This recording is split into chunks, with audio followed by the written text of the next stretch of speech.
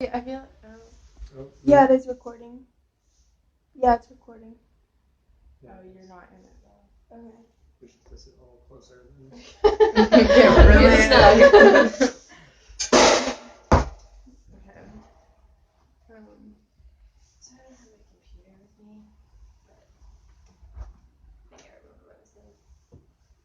I'll go off.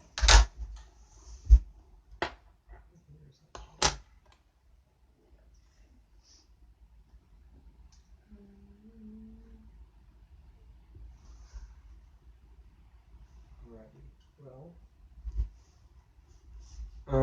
why don't we get going then?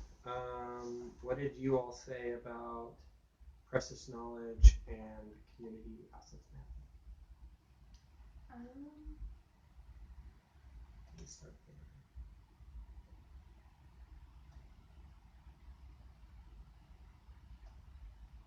I said mostly how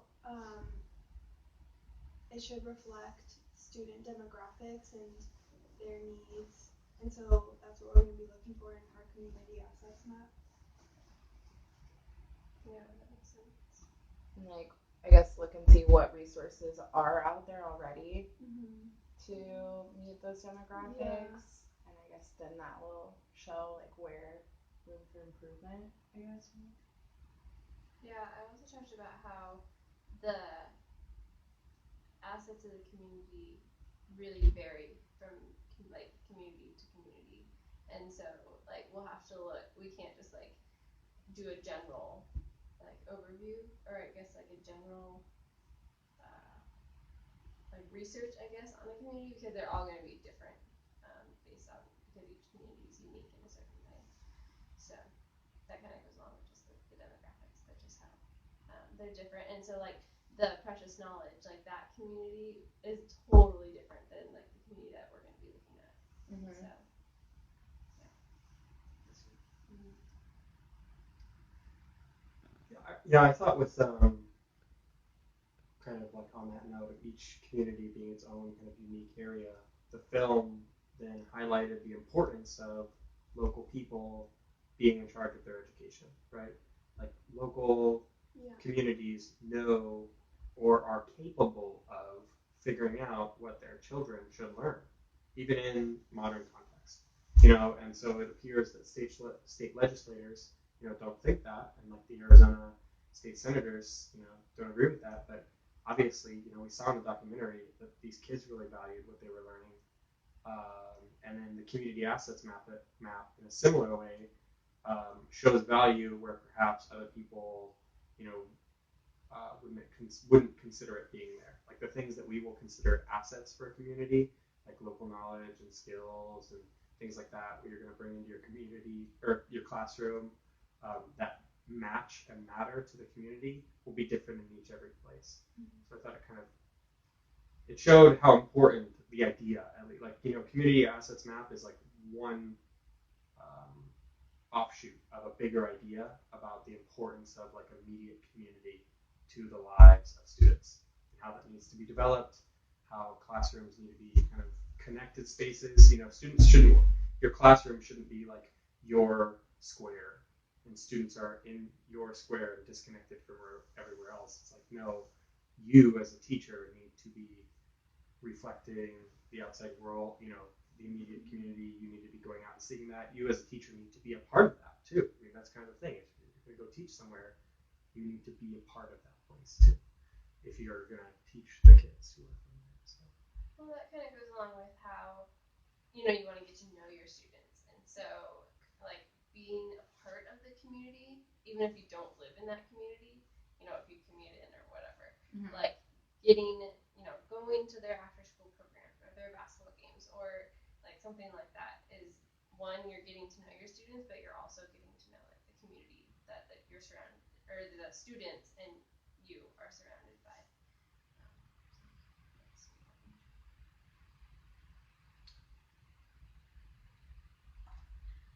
Vygotsky.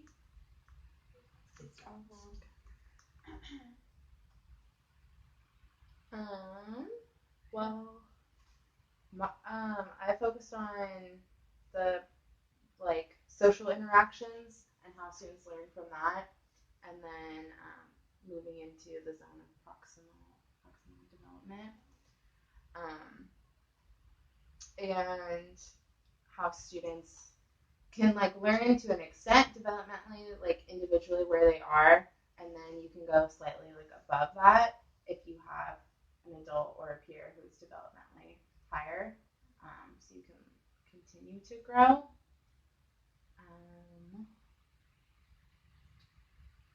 Which like made me think to the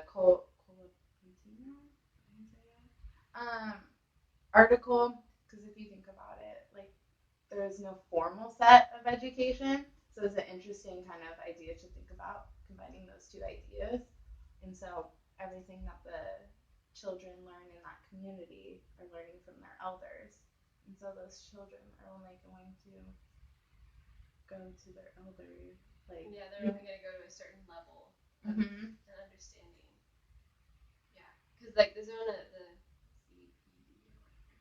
like really forces the students to go past their comfort zone and past like a level of understanding that they're like, oh, yep, that's it, like that's as far as I know. But like that assistance from that someone who has more knowledge or is, you know, wiser or whatever is, you know, really forces them to grow.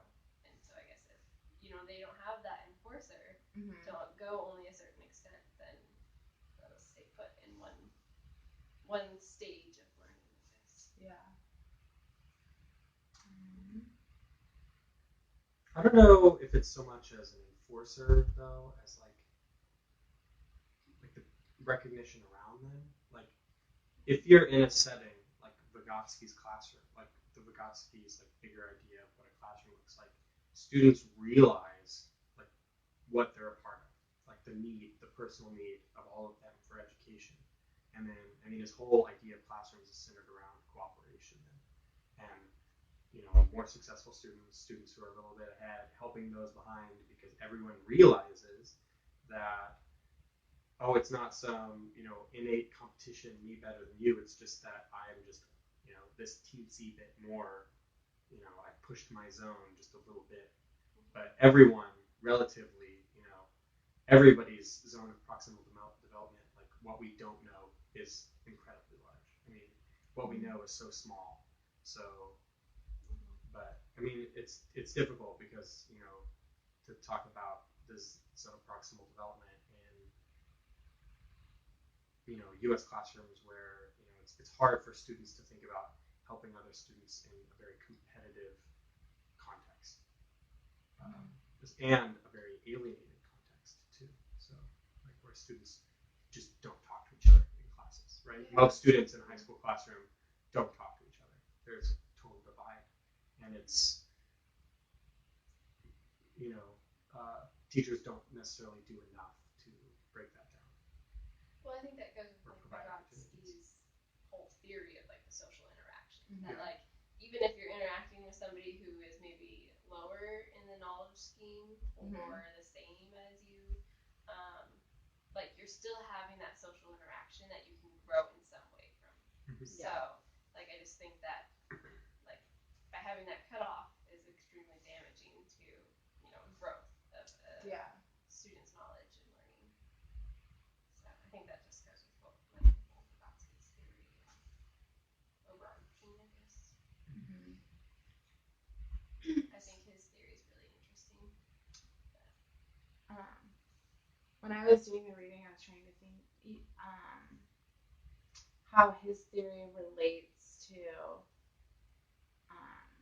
how in the Kohler-Pintino article, how they describe that the people have no collective memory. And that like when asked like why things are the way they are, they just describe that it's always been that way.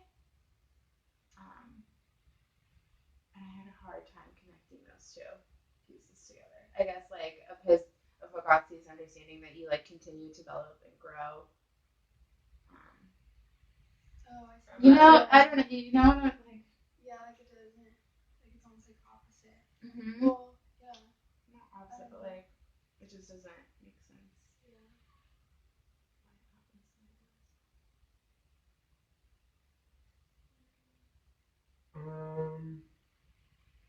You were letter A Yeah. for the drawing. Do you want to rephrase that? I don't know, maybe it's just like a way of how, like almost like a social thing, or like not religious, but like a belief, like, I don't know, like that it shouldn't be explored or something. I guess I was thinking because like. Yeah, this is totally a money question. I guess like socially, like they're gonna like learn, develop ideas about how the way that the world works, and they're gonna learn that way. But it's like the memories and understandings of how the way the world works only goes back 2 generations. Is what they were like talking about, like 1 or 2 generations. Yeah. And so. I don't know. I guess I was just really trying to understand why. Like why they have no collective memory, and then I was trying to piece. I guess I was trying to think about how Vygotsky would explain that. Yeah. Well, I mean, I think it has to do with. I mean, I think Vygotsky is a kind of. I don't know enough about Vygotsky, but I mean, Vygotsky. I guess you would start to make some connections with Marxism and identity and Marx's like historical materialism and that kind of stuff. But for me, I think that with students, what was the people's actual name? The language they speak is Paraha. Or is it? Or are they? Yeah. But then there was like another thing. They were the Pidahan. I don't know. I'll just call them Paraha, and their language is Paraha for this discussion. But the Paraha, though, I think what is important. Like the thing that we can draw from them for students is just that. I mean, their focus on. I think it was one of the articles just said the focus on empirical reality. Like they are who they are. Like, and I think it's important for students too. Like all these other connections, all these like, super ego visions of yourself and fantasies and connections. That's not actually maybe who you are. Like who you are is like the day in, day out. What are your habits? What do you do? What choices do you make? In every single moment. You're not who you were in the past. You're not who you are in the future. I mean, just as humans, our predicament is that we're just stuck in this one, instant moment, and then new instant moment, and then so maybe I think then for students then is not getting lost in all those outside connections, but like when you're in the classroom, just like when the Paraha are together sitting on a beach, that's where you are. And so in their conversations then with each other, in their language reflects that, where when they're talking with each other, they're not talking about all these other, abstractions. They're talking about the things, that are real in between them. And, I don't know the depth of their communication, but Everett was, obviously made quite a case for how complex their language was and how complex their communication was.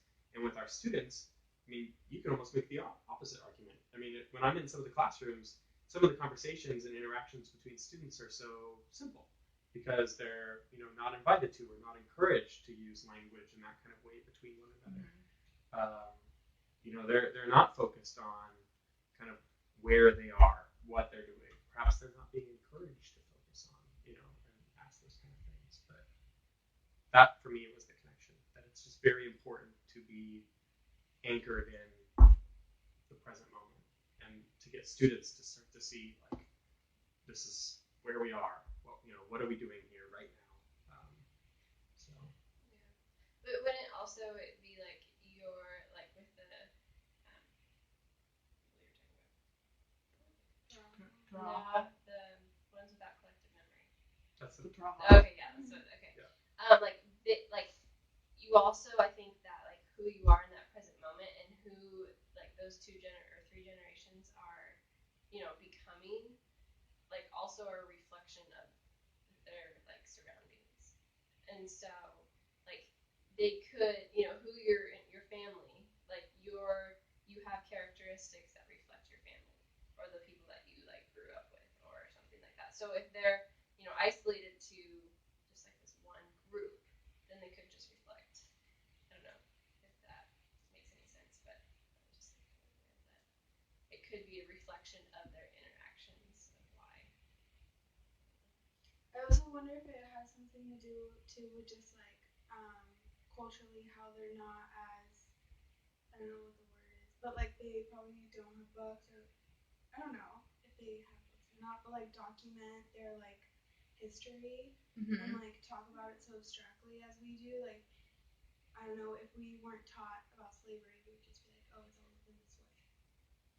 So I don't know. Yeah. I feel like that might have. I mean, it's something to do with it. I just think that they just exist in a totally different space than we do, where our concept of time here in the West is like absolutely linear, right? Yeah. 1450 is absolutely different for us than 1455, than 1700, 1702. Up to we can tell each other exact differences probably between the year 1995 and 2005. But for them, I mean, Everett talked about, and this was in the article a little bit, like he goes back to like the Catholic missionaries' interactions with these people in the 17th century, and it's like the same as his interactions with them. He's just a little bit different than the Catholic missionaries, but he talks about how they've been living in this same space using this language for so long. It's just how it is. Yeah. Seems really nice. I watched this thing about them, this like extra thing. It was talking about these psychologists wanted to do research because this guy Daniel Everett, he studied them. He started studying in the 70s, and it's like by the 90s and 2000s, he's like a really he was a major professor at like University of Pittsburgh and all these. So he's leading researchers to go there, and these researchers wanted to like test to see whether the Praha were happier than other people. And they got there and they're like, I don't know. I mean, they're like smiling all the time. Like they were always happy. Like these people didn't even have a word for anxiety or worry. Like those words don't exist in the Praha language because they don't. It was really interesting. I mean, and you mentioned environment, and of course it's involved in the environment because it also talked about how like they have a word for like everything. Like their understanding of the jungle, the Amazonian jungle around them is like complete. Nothing is outside of their knowledge in the jungle. Like there was this one story where like, was this in the article where the snake tried to bite the guy? Oh, I listened to this one story about them. Everett was using this as an example of like how complex their understanding of the environment was. But like one guy, he like came back and he was like, "Oh, today a bushmaster snake tried to bite me." And then the next day he came back and he had killed that very same snake with an arrow in its head, like just out in the jungle. He went and found the exact snake in the exact place in the jungle the next day, and he was like, "Hi, he tried to bite me yesterday, but I got him today." And I was just like, yeah. how do you I could see a raccoon one day. I could see a raccoon one day and like search the neighborhood for weeks and never find it. I would have no concept of how to find any kind of animal in Bellingham if I saw it one time. Let alone be able to classify it as the same animal. Yeah, you'd be like, oh, that looks similar. That could be it. But or like it would talk about, they would see like bubbles coming up from the river, and they could tell you if it was a rock that got moved or if it was a fish, just based on like the timing and the size. And Everett said he never saw them miss with an arrow too. He said in the entire time he'd been there, they never missed a shot. So they're it's like it's a different kind of they don't have books, but they have a different kind of humans are very complex no matter where we're at. So. Okay, back to Vygotsky. So then mine was B. And mine said, explain the role social interaction plays in learning and identity development. Social interaction plays an important role in learning because learning occurs best through experiences, which lead to knowledge being mastered at the intra-psychological level. And he says, learning first occurs between people before it's internalized, and it occurs best through experience, then modeling in order to master it. And to do this, you find then the zone of proximal development, and then use scaffolding. So yeah, basically just like learning best through people, through experience and copying or modeling, and that internalizes it.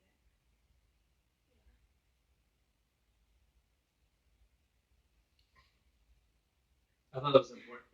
One of Vygotsky's most important points, which I was thinking about myself, just that if a student is presented something externally, but they don't ever internalize it, it doesn't matter, right? If it's not internalized, if they don't take it, choose to incorporate it into themselves, to use it later on, and they can actually do the skill again, or interpret the idea again for themselves,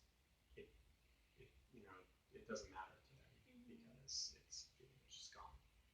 So trying to figure out how students can make things real for themselves, make things matter, I guess, too. Well, I was talking in my special education class today. We were talking about different.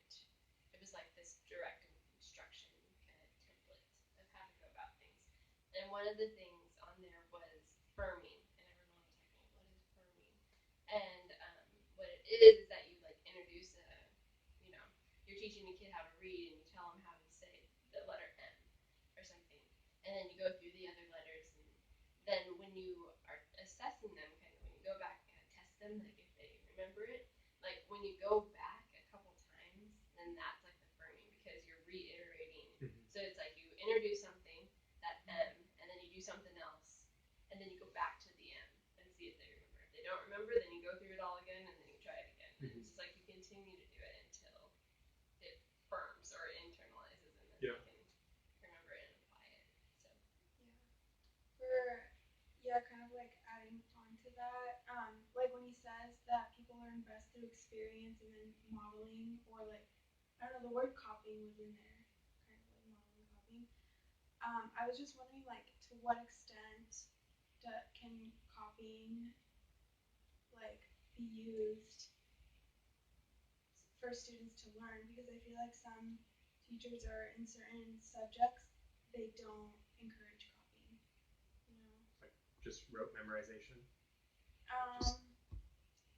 Just like copying vocabulary to learn vocabulary. You mean? Or do you mean copying? Or like copying how to do something. Yeah. Or copying how to say something. Oh, I guess thinking about that, I feel like that kind of almost contradicts like some other ways of like learning that we've talked about in some of my other classes, where it's like kids learn more through self-discovery, and so that holds more true than like telling them how to do then be like, hey, let's do that, or let's do this. But I think probably the difference between like self-discovery and like copying is, I think that if you were going to introduce copying into a classroom, you would probably you would see where their prior knowledge is, like what their understandings are prior to the new skill that you're going to introduce to the students. So and then you will go through why that theory that they may have developed on why this skill works better, this idea works better, or whatever, falls short, I guess, of like the new skill that you were about to have them copy. I guess maybe like it opens up more of a slate. Yeah. I mean, I guess it's just, for me, I would use the word copying and just try to think like. He says modeling, but modeling. Also used for. But I mean, just because I like for history, like I'm gonna get up, I'm gonna model for students, or kind of do a talk through on like how do I break down this document, like this certain letter or something like that. And then I don't want them to copy what I did in other letters and documents, but I hope that they are able to learn from the analysis and then apply it to themselves. So. Yeah, model it in their own way. Yeah, I was thinking a lot about this because, like, for my math class in Europe, like they're like very like don't tell the kids how to divide fractions. Like, don't teach them. Was this 382? Yeah, 381. Or 381? Yeah, and like they say all that and just to like self-guidance and like learn on their own, which I completely see, but then it's like this too. But I guess like in that, like you're modeling. It's different because you're modeling self-discovery in math, Yeah. where you're encouraging that open thinking. When you're working with younger kids, like especially in like reading and math and things like that, you have to talk a lot of what is going on in your head, those personal conversations. You're modeling what you're thinking. Yeah. I guess so. I guess maybe it's like it's confusing because you think modeling or copying as in like necessarily maybe like a skill, but he could have been talking about like modeling as in self-talk. Yeah. Because I know like when you're introducing like writing to like first graders, you are going through every single thing that you're doing. Because like the big thing when like with kids getting them to start writing is you have them draw for their pre-write, and so like you're like, oh, I'm drawing the hair on this head, or I'm drawing the hair like this on this girl's hair because she was wearing a ponytail that day, or something like things that you probably wouldn't say aloud, but you're modeling that when you're teaching students a new skill. Yeah, that's really true. Yeah. And that's part of Vygotsky's theory too, is that like he like I guess in my last quarter in the educational psychology class when we like compare Vygotsky and Piaget and how like Vygotsky was just like self-talk is so important, like it's crucial for like success really and growing in your own knowledge. When you walk into like a first grade classroom and if it's silent then there's something wrong. Yeah. Like first grade you can't read in your head. That's like you're not developmentally ready for that. You like are gonna have that mumbling. You're not even maybe mumbling, but like that loud. Well, and it's like if you as a teacher are modeling, if you're showing the class how to go about a problem or how to talk, it's like in like just for a brain warm up like question on math or something like that. So it's like, okay, well, what should I do now? Or like now I'm thinking I should do this, and you're like showing them like, okay, well that didn't work, so maybe I should do this now. And so it's like you're showing them how to process different steps to a problem or different skills. Like in math, you're gonna spend a lot of time working on just problem entry before you even get to like how you solve that problem. So like, okay, I know this in the problem, I know this in the problem. How am I gonna go about it? But there's a fine line, I guess, probably between what you're modeling and what would make copying, I guess.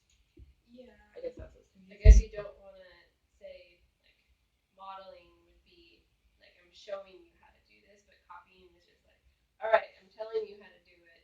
Did you get it? Like, and then you kind of move on. Yeah. That's Or like, did you see these underline? These are the keywords that you look at in this story problem, and that's going to tell you how to do the problem, kind of thing. Yeah.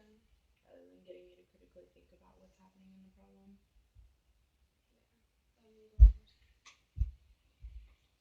Yeah, I mean, it just takes it also just takes a bigger push to create a different kind of classroom environment because we are in the United States.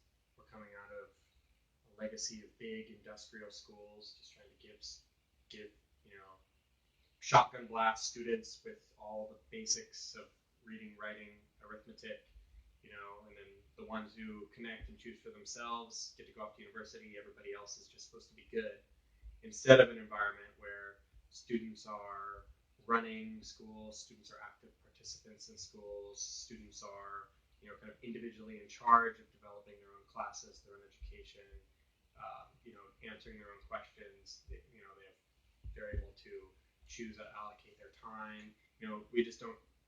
It's a hard environment to try to start getting students to self-teach when they're in a world and then they're growing up with every kind of stimulus and message around them and their environment being one of get ready to be taught. Yeah.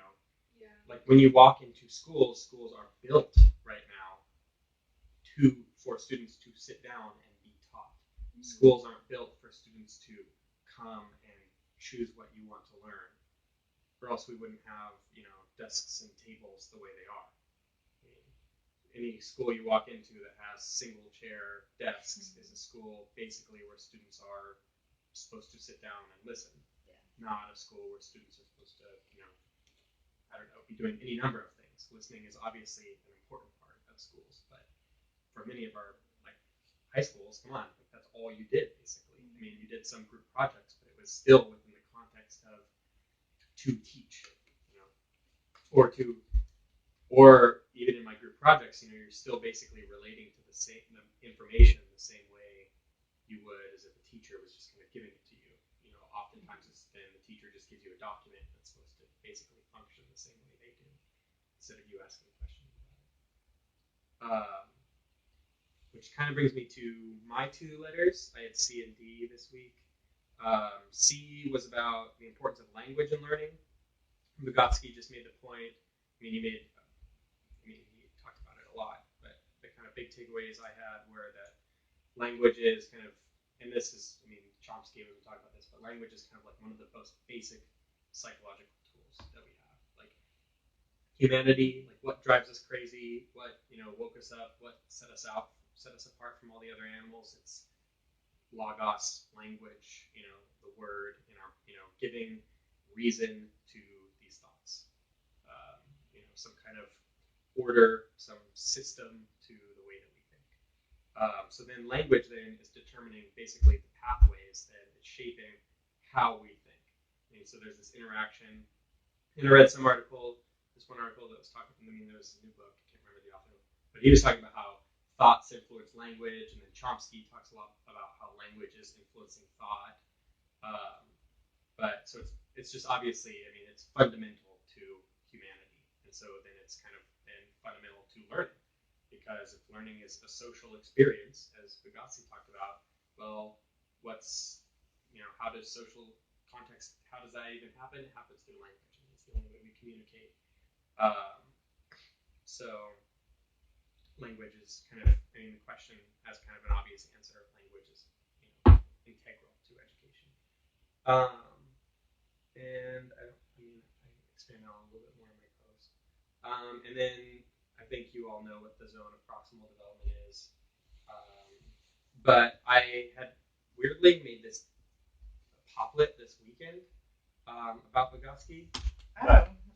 I posted it on, it was just at the bottom of my thing, but I found, what? You did it just for fun? Well, I had to do a poplet. Oh, is this for the IT class? Yeah. Oh, okay. But, and then okay. I'm thinking more and more about actually doing my final research project on Vygotsky, because I thought it was really interesting reading about, basically his work in psychology and education, and then how that was reflected in, Russian schools immediately following the Russian Revolution, which is basically a lot of the things that we're talking about here, which is, students just being in basically total control of their education, and teachers, imagine an environment where it wasn't the teacher's challenge to try to step aside, where it was the teacher's challenge to get involved.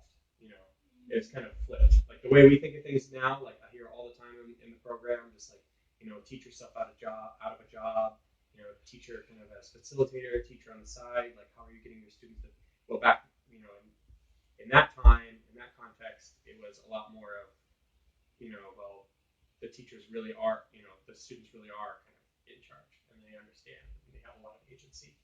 But then, this is my favorite, the reason I'll bring it up is, it's my favorite zone of proximal development graphic, but it was just what a child can do today.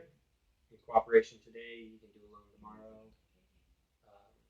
And then it just, it's a great tool for teachers then to think, it just gives you a very clear picture. Did the lesson I taught today, did the materials I brought in today, were they too hard, or were they, pushing the boundaries for my students? But I found this really interesting music video too. There was a really interesting lecture that combined Bloom's taxonomy in the zone of proximal development. So Bloom's, has the different levels. We got comprehension, understanding and comprehension are just the lower order ones, right? Yeah. And then it's analysis, synthesis, and well, no, well, let's just stick with lower order and higher order. Yeah. But anyways, then it gets more complex, right? Where there's this one way to show blooms where it's a big circle and then it's a pie, and then for each of the different higher order and lower order, there are different words to describe. Like, so if your students are synthesizing something, they're having to do these other actions. So like if my students are gonna, anyways, but then what it did though, it was really cool, this lecture, because they had this 3D graph where they took the different levels of Bloom's taxonomy and then they combined it with the zone of proximal development to then talk about how do you get to each of the different skills in Bloom's taxonomy while pushing students properly in their own zone of proximal development. But so I thought that was pretty interesting. There were some articles here about student-run classrooms. I had a section about the Piaget. There was a really good article I read about Piaget and him. And then I also found some other strategies I put in here. Like one of the big things they talked about, big classroom strategy, was just called the think alouds. Like, so if your students are struggling with like how to read something, like you as a teacher read through it and share your thoughts out loud and kind of map your exact thinking, and then have students map exactly like the thought they have every time they read something. So students start to just kind of take what's in the brain and put it outside, so them and other students can start to actually work with something. Do you mean map, like actually write it down, or just say it? Just like thinking out loud. Like if you're like you had a group of 4 students and they were all going through a document. Let's say you could have student 1 read through the document, read through paragraph 1, and that student reads out loud and gives an active commentary.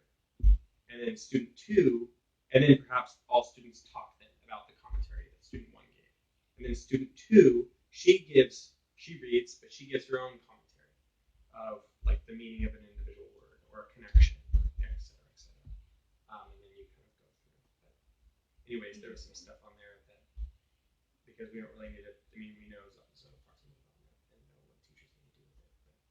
But I found some other stuff in there if you want to look at it. And it's interesting too to think about how, like as a future teacher, like we know what the zone of proximal development is, but like how are we going to do that for 25 kids, by ourselves? Like how are we going to apply a lesson that pushes those students, like every single one of them, to the point where it's like they can't do it on their own, but they can do it with little help. And so it's just like, I think the more that you learn about it, the more it's just totally unacceptable that you should have to do it with 25 students or 30 students. I mean, it's simply, it's great that a good teacher can have that many students, but also there should be enough money in education where we have teachers and specialists for 15 and under, 15 students or less in a classroom. If we really want to be serious about providing quality education to every student. I mean, I don't see